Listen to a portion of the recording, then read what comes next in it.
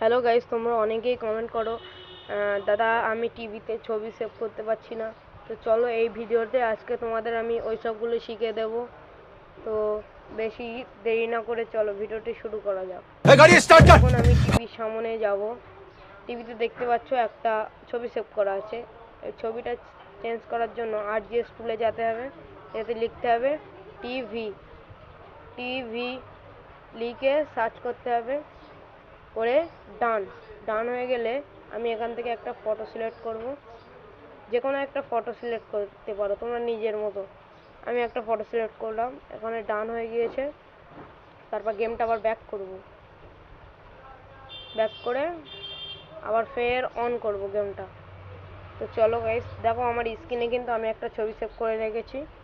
তো চলো গেমটা এই দেখো, টিভিতে কিন্তু অন্য ছবি অটোমেটিকলি সেভ হয়ে গিয়েছে। তো চলো এবার এটা শিখতে পারলে এবার চলো ফ্যান অন অফ করা। তোমরা অনেকেই কমেন্ট করেছো ফ্যান অফ করতে পারছো না। চলো এই ভিডিওতে আমি তোমাদের ফ্যান অফ করাই শেখাবো।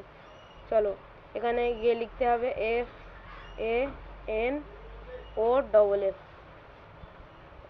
এটা দিলে, টিক মার্ক দিলে দেখো ফ্যান অটোমেটিকলি অফ হয়ে গেল। এখন দেখাবো আবার ফ্যান অন করা।